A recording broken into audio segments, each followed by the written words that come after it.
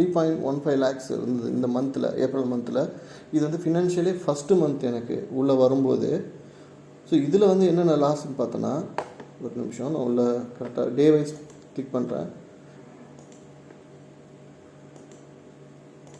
Okay, so இதில் red colour தெரியுது, இது எல்லாமே லாஸு. க்ரீன் கலரில் இருக்கிறது எல்லாமே ப்ராஃபிட்டு.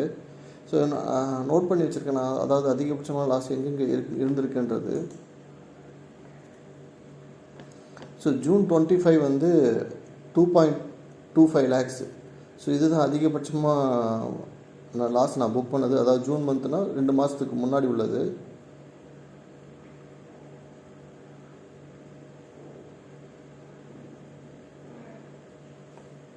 ஜூன் மந்த் வந்து இதுதான் 2.25. ஸோ இந்த இது தான். ஸோ இதை கிளிக் பண்ணுறேன்.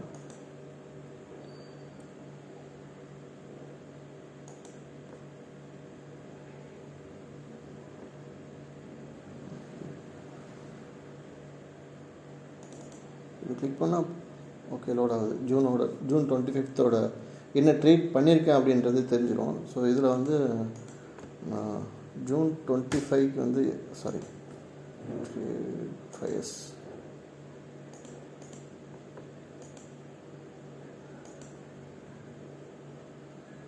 வந்து ஓகே இதை சொன்னால் 2.25 வந்து கிராஸ் ப்ராஃபிட்டு. நெட் பிஎன்எல் வந்து சார்ஜஸோடு சேர்த்து 2.26. ஸோ அன்றைக்கி நான் ட்ரேட் பண்ணது ஃபின் நிஃப்டியில் பண்ணியிருக்கேன்.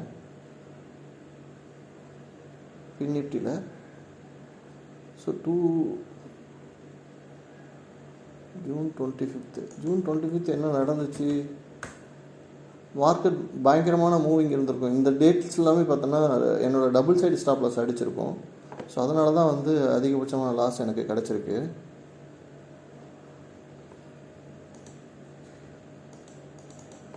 சரி இப்படி போகணும் நினைக்கிறேன். ஃபஸ்ட்டு கொஞ்சம் ஸ்லோவாக இருக்குது நெட் வந்து.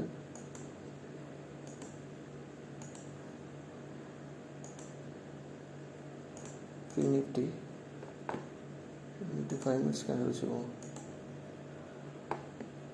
ஓகே, ஸோ இந்த மூவிங் அவரேஜ் எல்லாம் ஆட் பண்ணிடுறேன்.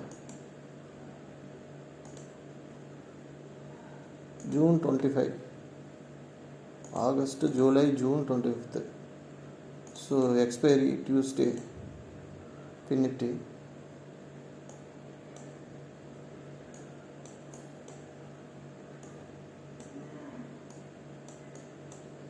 ஆக்சுவலாக இது பார்த்தோன்னா டபுள் சைட் ஸ்டாப் லாஸ் அடித்த மாதிரி இல்லை எனக்கு. என்ன ஒன்றுனா இந்த ஸ்பைக்கில் வந்து அதிகமாக எனக்கு அது என்ன சொல்லுவோம், சம்டைம்ஸ் அது என்ன ஸ்டாப் லாஸ் ஸ்லிப் ஆகி 200% 300% மூவ் ஆகிடும் என்னோடய ஸ்டாப் லாஸஸ். ஸோ அந்த மாதிரி க்ரைட்டீரியாவில் தான் நான் மாட்டியிருந்திருக்கேன் இந்த இதில். ஸோ அன்றைக்கி கரெக்டான பிஎன்எல் எடுத்து பார்த்துருந்தேன்னா தெரிஞ்சிருக்கும். ஸோ நான் அப்போ அந்த டைமில் வந்து நான் பிஎன்எல்லாம் ரைட் பண்ணல. ஸோ இது பார்த்தோன்னா ஸோ இந்த பெரிய பெரிய கேண்டில்ஸ் எல்லாமே வந்து பார்த்தோன்னா மிகப்பெரிய ஸ்டாப் லாஸு என்னோட ஸ்டாப் லாஸை ஸ்கிப் பண்ணி போயிருக்கும். ஸோ அந்த ஒரு ரீசனுக்காக தான் அதிகமான லாஸ் வந்திருக்கு 25 ஜூனில். ஸோ நெக்ஸ்ட்டு வந்து பார்த்தோன்னா ஸோ ரீசெட் கொடுத்துட்றேன். நெக்ஸ்ட்டு வந்து ஏப்ரல் 12 2.1 lakh.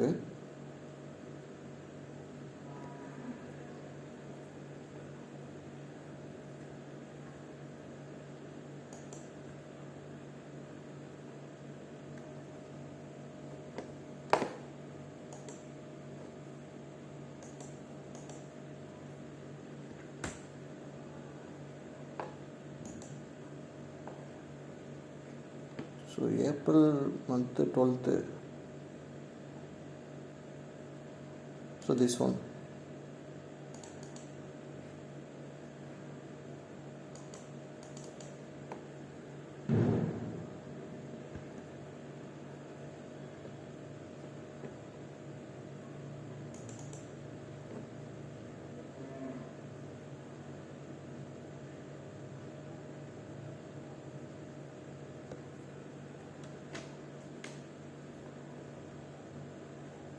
ஸ்லோவாக இருக்குது, ரீசன் தெரியல. ஸோ இது வந்து பார்த்தோன்னா சென்செக்ஸ் எக்ஸ்பைரி. ஏப்ரல் 12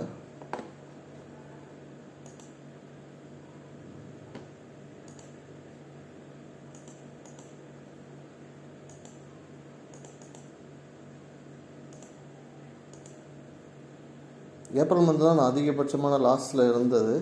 12 பார்த்தோன்னா ஸோ இந்த இடம் தாங்க அது. ஆக்சுவலாக பார்த்தோன்னா இந்த இடத்துல திருப்பி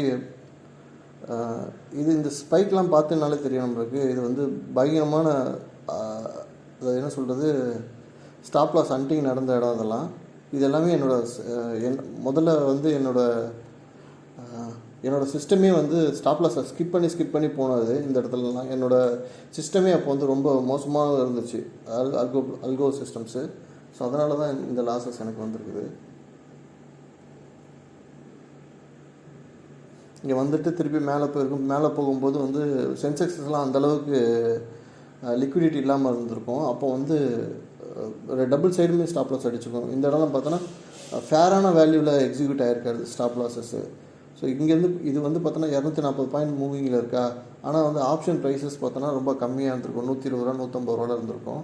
ஸோ இது 240 பாயிண்ட் மூவ் ஆகும்போது ஆப்ஷன் ப்ரைஸ் வந்து 200% வந்து இன்க்ரீஸ் ஆகிருக்கும். ஸோ அந்த இடத்துல தான் என்னோடய ஸ்டாப் லாஸஸ்லாம் இந்த ஸ்பைக்ஸில் அடிச்சிருக்கு. ஸோ தேர்டு வந்து பார்த்தோன்னா 1.8 லேக்ஸு, அது வந்து ஏப்ரல் 18, அப்புறம் மே 16 1.63 லேக்ஸு. ஸோ இது எல்லாமே அபோவ் 1 லேக்கு மேலே இருக்க லிஸ்ட்டு மட்டும் தான் நான் எடுத்திருக்கேன். அதை தவிர்த்து வந்து என்னோடய இதில் பார்த்தோன்னா அதிகமான செட் கொடுக்கலாம். ஓவராலாக பார்த்தோன்னா என்னோடய பர்சன்டேஜ் பார்த்தோன்னா லாஸுக்கும் ப்ராஃபிட்டான பர்சன்டேஜ் பார்த்தோன்னா கிட்டத்தட்ட ஒரு அபோவ் 70 லெவலில் தான் இருந்திருப்பேன். என்னோடய ஸ்ட்ராட்டஜி வந்து அபோவ் 70 லெவலுக்கு மேலே தான் வந்து கொடுத்துருக்கு. ஸோ அந்த விதத்தில் ஓகே. பட் நான் வந்து இப்போ இதில் வந்து லேர்னிங்ஸ் என்னென்னா அதிகபட்சமான லாஸை வந்து கண்ட்ரோல் பண்ணணும். அதாவது ஓகே பார்த்தோன்னா 5% 4% லாஸஸ்லாம் என்னோடய இதுக்கு வருது.